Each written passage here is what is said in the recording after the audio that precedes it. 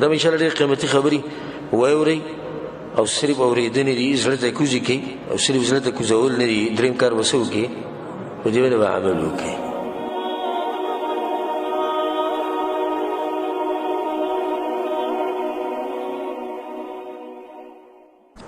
دا بعض کسان سوچ کوي چې روژه راشي نه په دې کې به څه حالت وي د مزدوري، ځکه چې مزدوري په دې کې لږ کمزوري، که تاسو خیال کړی نو دا به ګوره څه کوي او دا سوچونه او حسابونه کوي. دا غریب مؤمن په دې حساب او سوچ کوي چې د روژه راشي نو په دې کې به بندګي څنګه کوو.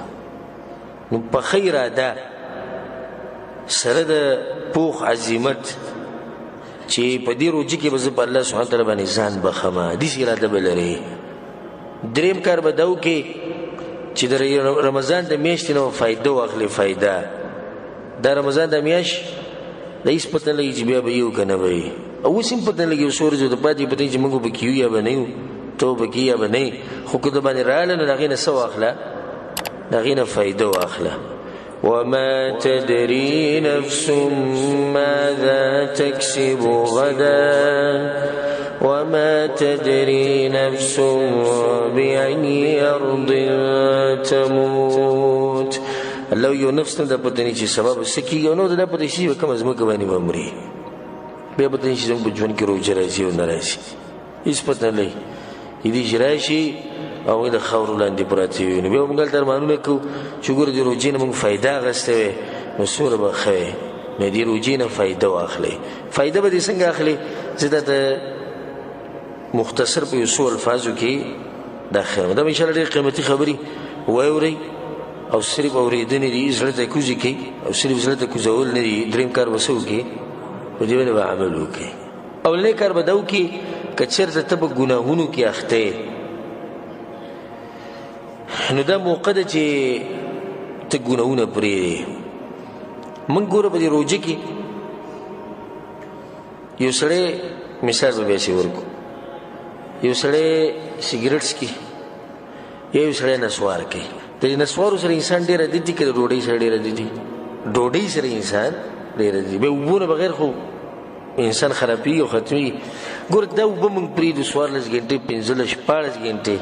په بعض ملکونو کې بعض د انګریزانو په دې ملکونو کې روژه چې ده نو 21 ګنټې ده او شپه 3 ګنټې ده.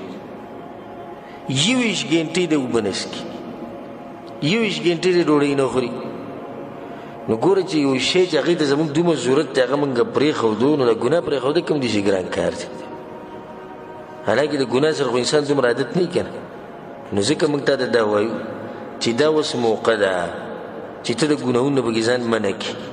که سړی په نشو تماشو کې دا ښکلې موقع ده، ښکلې موقع ده هغه کسانو ته چې سګرټ څکي، نسوار لګوي، نورې نشې کوي، تماشې کوي یا نور ګناهونه کوي. او دا مه وایئ چې زه نشم پرېښودی، بلکې ډېر داسې ملګري دي چې هغو د کلونو کلونو دا نسوار او دا شین استعمال کړي. د مخکې ورځې زموږ یو ملګری هغه درسونه اورېدي، الله سبحانه تعالی په رحم کړی، نو هغه پرېښودي. ما ته وایي چې شیخ صاحب 27 کاله ما نسوار کړي، پرېښودو. اوس هم ژوندی دی، ژوندی دی ګورې، ښه برابر ښه خوشحاله ښه روغ، هېڅ پې هم ونه شوي. نو دا دې خلکو ځان ته به خپله ګرانه کړې، دا اسان کار دی. د الله دپاره یو شی پرېږده او په زړه کې دی چې الله به دې په بدله کې ډېر سره کوي، به ډېر اسانه انسان ته. دا بعض کسان والعیاذ بالله په دې مرض کې اخته دي چې د خپل شهوت په خپل لاسونو باندې پوره کوي. دا عام مرض دی. او زه په درس کې موږ غالبا هغه خبرو ته ډېره اشاره کوم چې عام مرض چلیږي په وخت کې او کم نقصان یې. نو دا خاص کر په دې ځوانانو په طبقه کې دا یو مرض لګېدلی دی، د دې ټیویانو ډیشونو د انټرنیټ او د موبایلو د لاسه. نو دا اوس موقع ده چې په دې روژه کې انسان دا کار پرېږدي چې ټوله ورځ ته دې کار نه منې، د شپې لږ ساعت ته به بهی کې مه کوه. په تا باندې به میاشت تېره شي، چې میاشت باندې تېره شو نو ته عادت شوې، اوس بیا څه دې ګناه ته زړه نه کېږي. ولې ځکه چې یو میاشت ته دې ګناه نه سوي ته لرې. دا شان غیبت، دا شان دروغ، کنځلې. یو سړی کنځلمار دی، د روژې په خوله به کنځلې وکړي چې مؤمن نه شي کولی. نو ګوره د روژې په خوله ته کنځلې نه کوې، بیا دغه شان د شپې مه کوه. نو ټوله میاشت به ته کنځلې ونه کړې، ورو ورو به ته عادت شي. د دې ګناهونو به ځان لرې ساتي. دا یو ښکلې موقع ده، ده که نه ده؟ دا ښکلې موقع ده. دویمه طریقه دا ده د روجې نه د فایدې اخیستو دویم کار به دا وکړي چې په جومات کې ډېر کښېنه په روژه کې. د طلایي کور کټ دیره او د بچو په منځ کې 11 میاشتې موږ تېرې کړې، نور بس دی که نه. اوس دې میاشت کې به کوم ځای کې ډېر کښېنو؟ په جومات کې به ډېر کښېنو. ګوره په جومات کې یو ایماني موسمي نه په دې کې ته د الله سبحانه وتعالی بندګي کولی شي. په جومات کې یو سړی نه چې د قرآن تلاوت کولی، په کور کې سړی داسې تلاوت نه شي کولی. په جومات کې یو سړی د الله سبحانه وتعالی ذکر او اذکار ډېر په شوق او ذوق سره کوي، خو په کور کې دا اذکار د ذکر او اذکار دی نه شي کولی، ځکه هلته ماحول داسې نه وي. نو کوشش دا کوي چې په جومات کې ډېر وخت په جومات کې تېروئ. دریم کار د هر هغه کار نه ځان لرې ساتئ، د هر هغه کار نه چې هغه ستا په روژه کې کمی راولي. رسول صلی الله علیه وسلم په دې حدیث کې دا ډېر عجیبه حدیث ته انسان ډېر سخت یېرېږي چې دا حدیث واوري چې پته وي چې زما د روژه په کومه درجه کې. په صحیح بخاري کې دا حدیث دی، ابو هريره رضی ما د رسول صلی الله علیه وسلم اورېدلي: من لم يدع قول الزور والعمل به والجهل، چا چې دروغ پرې نه ښودو او په دروغ باندې عمل پرې نه ښودو او ګناهونه پرې نه ښودو، دې خبرې ته غوږ کېږدئ. فليس لله حاجه في ان يدع طعامه وشرابه. نو الله دې خبرې ته هم ضرورت نشته چې د ځان د خوراک او څښاک نه منع کړی. په دې باندې الله څه کوي؟ موږ څه ویلو مخکې درس کې چې دې روژه کې غټ حکمت څه دی چې زموږ نه څه جوړ شي؟ تقوادار جوړ شي، پرهیزګار جوړ شي. دا غټ حکمت دی نو چې سړی نه پکې پرهیزګار نه جوړېږي، تقوادار نه جوړېږي، په ایمان کې ترقي نه راځي بلکې ایمان رو په رو کمیږي. نو دې څه مطلب شو چې تا اوبه نه څښې او خوراک نه خوري؟ روژه خو صرف د خېټې نه ده که نه، روژه د ژبې هم ده. د ژبې څنګه روژه ده چې حرام به پرې نه کړي. د سترګو هم روژه ده، حرام ته به نه ګوري. د خپو هم روژه ده، نو د لاسونو هم روژه ده. د دې هر څه روژه ده. نو چې د هر څه دې روژه نیولې د ګناهونو نه دې روژه کړې نه، ستا د روژه به الله سبحانه وتعالی به قبوله کړي. په دغه روژه باندې الله څه کوي چې صرف اوبه نه څښې او خوراک او نور چې کومه ګناه دې مخې ته راځي هغه کوې او وایي څه وایي زما څه ده؟ زما روژه ده. ټي وي ته به ناست وایي زما څه ده؟ روژه ده. مازدیګري کې به دې ټي وي ته ناست وایي زموږ روژه ده. او سبحان الله دا چینلې چې دي د دې بېدینو خلکو د غالباً چې کومې چینلې چلیږي په ډیشونو کې دا د بېدینه خلکو یو د بېدینو دپاره او د بېدینۍ خورولو دپاره یې، دې کې شک نشته. نو دوی به دیني پروګرامونه شروع کړي. ښه دیني پروګرام به څه پروګرام وي؟ ستا د روژه په تا باندې خرابوي. بلکې بعضې اعلانات پکې داسې کېږي وایي را روانې روژې له خاص فلم به ښوی کېږي په پلاني تاریخ باندې، او دغه مسلمانان پته نشي چې دوی ایمان په کومه درجه کې دوی د به خوشحالۍ سره نسي انتظار کوي چې په دې روژه کې به څه ښوی کېږي، ډرامه به ښوی کېږي او فلم به راځي. نه دی وطن په انتظار او واړه وطن په انتظار. دا ښکلې تیاری دی د روژې که نه؟ دا ولې جدول معلوم کړی دی چې فلم به څه ټایم لګي. او بیا زموږ په دې ملک کې بعض داسې کسان پکې شتي بېدینه چې د هغوی د مذهب او د دین د سره پته نه لګي، او بعض پکې شیعهګان دي او بعض پکې قادیانیان دي، یعنی چې د دین نه بلکل لرې.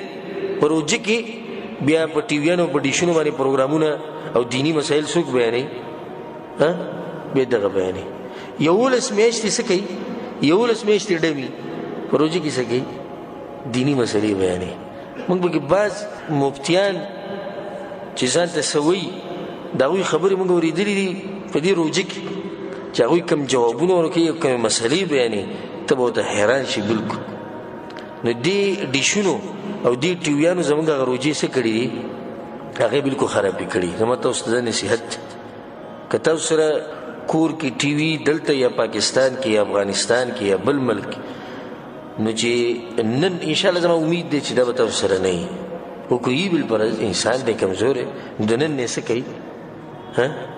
ختمې کوي. او زما تاسو ته نصیحت دی چې نن سبا هر سړي سره دغه غټ موبایل پروت دی او د ځان نه انجینیر او ډاکټر یې جوړ کړی. اکثر ګوره زموږ خلک په دې باندې پوهېږي نه چې لیکلي به کیسې دي، خو 2 بټنې یادې کړي، په دې بټن کولاوي او په دې بټنې خلک ګوري. نو بیا خو تقوا هم خیر خیریت او د علم هم خیر خیریت چې مخې ته څه راځي هغه ګوري. فلمونه سندرې راځي د هغې سره ایمان خرابېږي، کم داسې مولیان پکې راځي چې هغه شکل یې د مولا یو دننه پکې ابلیس ناسي د هغې سره هم دین خرابېږي خو دې احتیاط نه کوي دې مسله کې زما تاسو ته نصیحت دی چې دې روژه کې دا موبایل لږې څه کوي بندې کړي نو به کوو څه یو میاشت هېڅ هم نه کېږي هېڅ هم نه کېږي یو مخکې چا موبایل استعمال کړي او زموږ د مشرانو سره موبایل ټلیفون نه و د هغوی سره نو څومره ښکلې روجې به وي د هغه د هغو روجې به ډېرې ښکلې وي ځکه چې هغوی به مصروف وو په څه کې په قرآن کې یو عالم وایي ډېره عجیبه خبره یې کړې ده وایي ما نه چا تپوس وکړو چې زموږ د دین چې کوم مشرانو دا سلف دوی د قرآن سره څنګه ژوند تېرو یعنې دوی د قرآن سره څنګه وخت تېرو هغوی چې ما سوچ وکړي چې دله زه دې جواب ورکړم چې د دې زړه ته کوشي وي بس الله یې په زړه کې دا جواب راوړو چې ما ورته وایي چې لکه څنګه چې موږ اوس د موبایلو سره تېرو